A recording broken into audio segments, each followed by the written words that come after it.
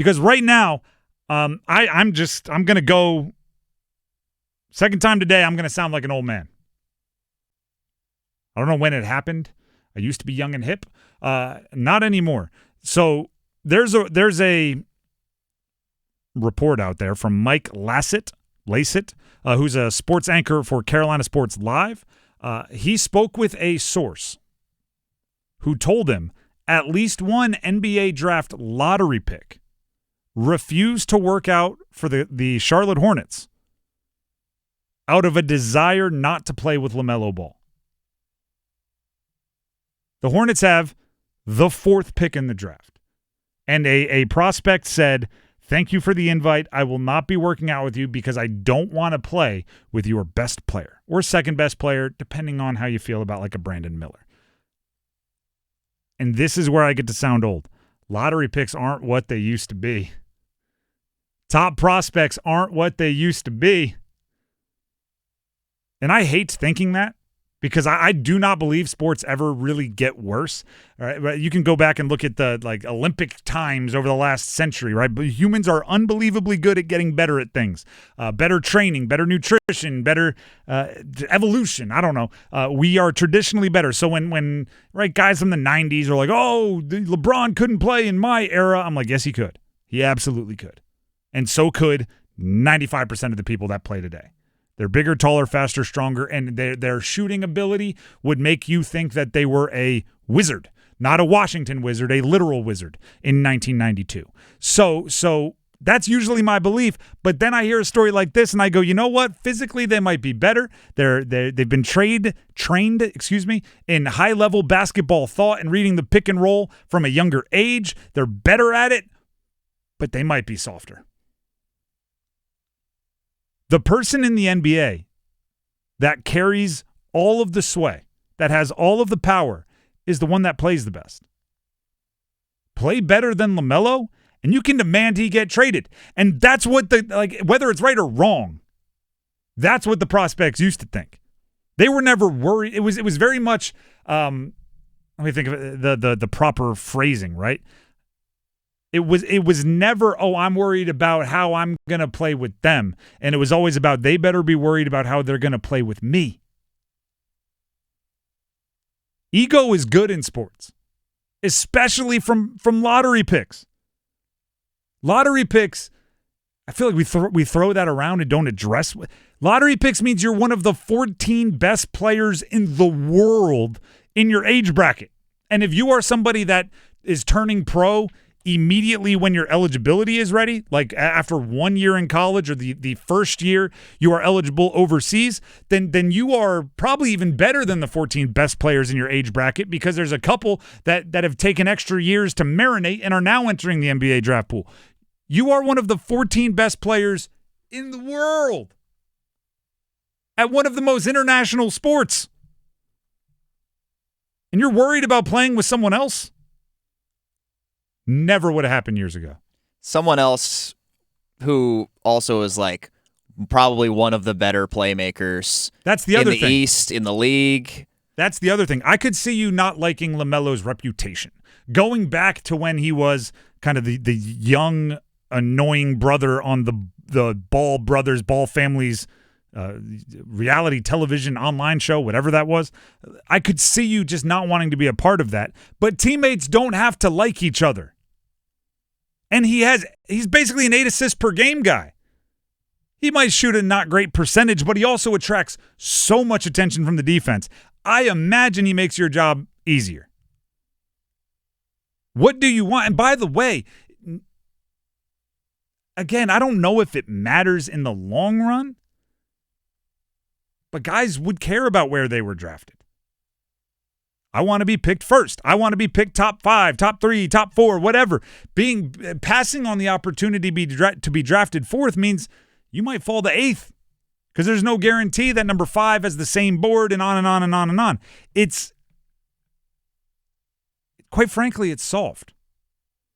And I don't know which prospect it is, and I don't know why you would not want to go play with LaMelo, because the other option would be maybe it has nothing to do with the LaMelo's reputation or his perceived whatever, right? He drives a different like Skittles colored car every day. Maybe it has nothing to do with that. Maybe it's another point guard.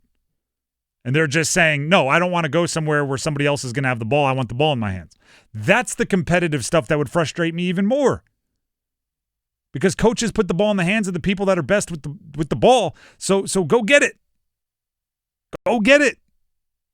Trust me, if you have the ball in your hands and you make a great decision and it ends in a bucket, they're not going to give you the ball less. They're not going to give you the ball less. And maybe it's listening to agents more, because I do think agents have a requirement, a responsibility to get in the way of the ridiculously competitive decision-making from certain players.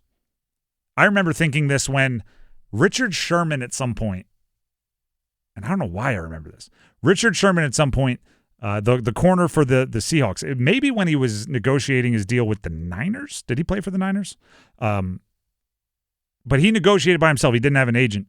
And the thing was ridiculously loaded with incentives, which I believe he actually hit a bunch of. But I remember thinking, oh, that's why you need an agent, because athletes are so competitive that they'll put, yeah, you know what? Take 60% of my salary only if I go to the Pro Bowl, because of course I'm going to the Pro Bowl, because I can't imagine a world where I don't go to the Pro Bowl. At some point they need an agent there going like, well, yeah, what if you get hurt? Or what if there's a bad stretch of you try to play hurt and you give up some touchdowns. Now you don't make let's protect ourselves a little bit. So perhaps this is an agent that turned it down, saying it's not smart, it's not good for your career. But I would hope you would overrule it in that situation. I've always believed, and the draft, there are some that believe the draft is like constitutionally not cool, just at its foundation. You don't have any say over where you get to go in your career. No other and no other industries, careers, do you not have any say over where you go. I always say, yeah, there's a lot of stuff you don't have in other industries that you have in professional sports. I've always been of the belief you work your butt off to make yourself the best prospect you can. You go show how great you are to everybody that asks. You get drafted where you get drafted, and you go for handsome compensation, right? Because by passing on, I don't want to go to number 4, it could be millions of dollars you're giving up there. For handsome compensation, you go and you show them why the things you want are the things they should provide you with. But I don't want to play with him. What are we doing? To follow up, as Mike Lay said, he did follow up on this from Carolina Sports Live, who gave the original report. He said to follow up, since there have been questions, this wasn't a position issue or thing. This was a that guy holds the ball a lot thing. Again, like I said, I've never met a basketball coach who is not okay with somebody that does really good things with the basketball getting it more. So if you want the ball in your hands more than LaMelo, get the basketball, do something good with it. All right, let's go back to him. Get the ball, do something good with it. It's the same thing I used to tell wide receivers, right? Because every wide receiver is open on every play. Every wide receiver can beat their guy every time, right? This guy on me stinks, throw me the ball. I used to look at him and go, all right, we've got our number 1 wide receiver. We all know who he is. When I throw it to him, he catches it most of the time.